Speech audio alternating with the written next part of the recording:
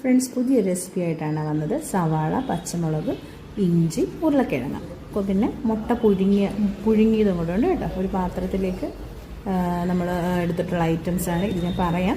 പിന്നെ ബ്രെഡ് കുറച്ച് ഒന്ന് ക്രാമ്പ് ചെയ്ത് വെച്ചിട്ടുണ്ട്, പൊടിച്ച് വെച്ചിട്ടുണ്ട്.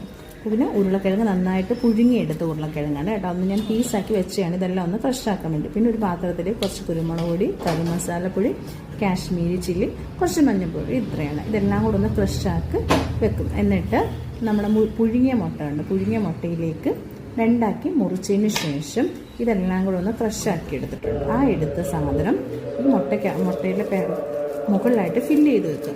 ഫില്ല് ചെയ്തതിന് ശേഷം നന്നായിട്ട് ഫില്ല് ചെയ്യുക. അതിന് ശേഷം ബ്രെഡ് ക്രംസ്, നമ്മൾ ബ്രെഡ് പൊടിച്ചല്ലോ, അതിൻ്റെ മുകളിലൊന്ന് നന്നായിട്ട് പുരട്ടിയെടുക്കുക. പുരട്ടിയെടുത്തതിന് ശേഷം എല്ലാം ഞാൻ ഒന്ന് പുരട്ടിയെടുത്ത് വെച്ചിട്ടുണ്ട്. കുറച്ച് എളുപ്പത്തിന് വേണ്ടിയിട്ട് ആ ടൈമിൽ നമുക്ക് ചെയ്യാൻ ബുദ്ധിമുട്ടായിരിക്കുമല്ലോ. പിന്നെ ചീനിച്ചട്ടി വെച്ചിട്ടുണ്ട്. അതിലേക്ക് കുറച്ച് എണ്ണ ഒഴിച്ചതിന് ശേഷം ഈ പുരട്ടി വെച്ച സാധനം അതിലേക്ക് ഇട്ട് കൊടുത്തു. പക്ഷെ ഒന്ന് ശ്രദ്ധിക്കണം, കറുത്ത് പോലെ കരിയാതെ ശ്രദ്ധിക്കണം. കാരണം ബ്രെഡ് ക്രംസ് ആയതുകൊണ്ട് കുഴപ്പമില്ല. ഇത് നന്നായിട്ട് ബ്രൗണൊക്കെ ആയിട്ട് വന്നിട്ടുണ്ട്. ഒന്ന് തിരിച്ചിട്ട് കൊടുത്തിട്ടുണ്ട്. അങ്ങനെ എല്ലാം സെറ്റ് ചെയ്ത് ഞാനൊന്ന് ഫ്രൈ ആയി എടുത്തിട്ടുണ്ട്. അങ്ങനെ വാങ്ങ വിളിച്ചു. നൊയമ്പായിരുന്നു. നൊയമ്പ് കഴിഞ്ഞ് വാങ്ങൊക്കെ വിളിച്ചപ്പോഴും ഞാൻ റിച്ചുക്കുട്ടനോട് പറഞ്ഞു, റിച്ചുക്കുട്ട കഴിച്ചു നോക്കാൻ പറ്റില്ല. എങ്ങനെയുണ്ട് റിച്ചുക്കുട്ട?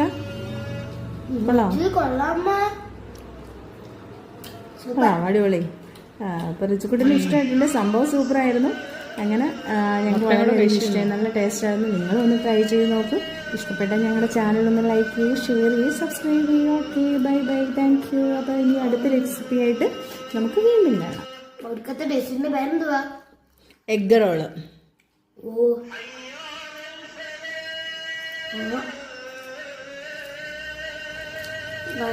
നല്ല ഡിഷ്.